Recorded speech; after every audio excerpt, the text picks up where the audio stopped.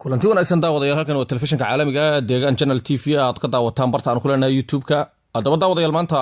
qodobadeena wareedka waxaan ku soo qaadan doonaa arinta xasaasiga ah ee dooda dhalisay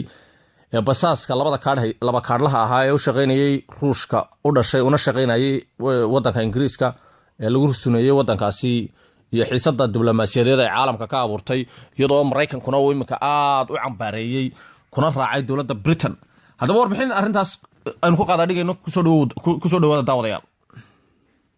ayaa tan Ingiriiska ku taageertay go'aanka ku aadan weerarkii sunta neerfaha ee lagu qaaday nin Ruush ah oo ahaan jiray basaas laba kaarla ah danjiraha Mareykanka ee qaramada midoobay ayaa waxa dhacay ku tilmaamay fal dambiyeed uu Ruushku geystay waxayna noqonaysaa markii koowaad oo Mareykanka si qayaxan u eedeeyay Moscow dawladda Britain ayaa dalkeeda ka eriday 23 diblomaasiyiin u dhashay Ruushka iyadoo ka jawaabaysa weerarka sumeynta ee lagu qaaday Sergey iyo gabadhiisa Yulia Skripal Moscow ayaa sii wada diidmada ah inay ku lug leedahay weerarka dhacay dawladda Britain ayaa casriyeynaysa habkeeda difaaca iyada oo la sameeyay xarun cusub oo looga hortagayo weerarada hubka kiimikada taas oo ku kacaysa adduun dhan $7 milyan waxaa xaruntan laga furayaa magaalada Bolton Down oo ku taala koonfurta England halkaasi oo sidoo kale uu ku yaala shaybaar military oo arrimaha cilmi baarista loo adeegsado kaas oo ahaa meesha lagu ogaaday nooca ay tahay sunta weerarka loo adeegsaday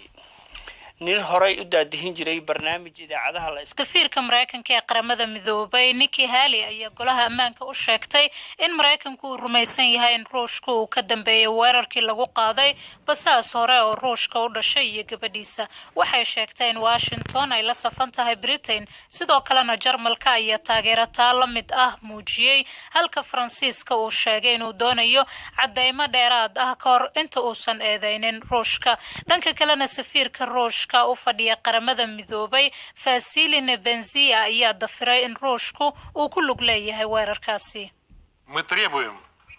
waxaanu dalbanaynaa in loo soo gudbiyo cadeymo la taaban karo oo ku saabsan ku lug lahaanshaha Ruushka ee dhacdadan taas la'aanteedna ma jirto xaqiiqo inoo suurtagelinaysa inaanu arintaas xisaabta ku darsanno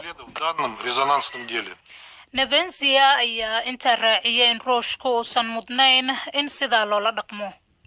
голословные обвинения, изложенные в обращении премьер-министра Великобритании. Waa eedeymo aan cadeymo loo hayn sida ka muuqatay fariinta ka timid ra'iisul wasaaraha Britain Theresa May 13 bishan March ee ku socotay xogayaha guud ee qaramada midoobay waxay dhigaysay inaanu ku lug lahayn adeegsiga maadada sunta ahayd ee loo isticmaalay dhacdadii Salisbury waxaana nala siiyay digniin kama dambays ah taas oo nala kaga codsaday in muddo 24 saacadood ah aan ku qiranno dambi haddii si kale loo dhigo waa qiro dambi aadan lahayn annaguna kuma hadalno luuqadaha goodiga iyo cagajugleynta cid kalena uma adeegsano luuqadaas mana ogolaanayno in annagana loo adeegsado annaguse waanu dhowrsannahay 13 March waxaanu warqad u dirnay xafiiska arrimaha dibadda taas oo aan ku xaqiijinay inaanu wax lug ah ku lahayn dhacdadaas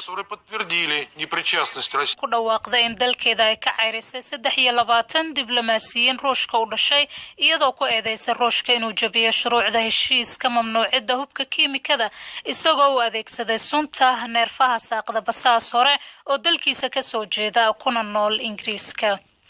haatana Liibiya daawadayaal waynu soo noqon doonaa Liibiya qaybteena dambe barnaamijka ayaynu ku soo darsan doonaa laakiin inta waxa inoogu dhan warbixintii basaaskii Ingiriiska lagu dilay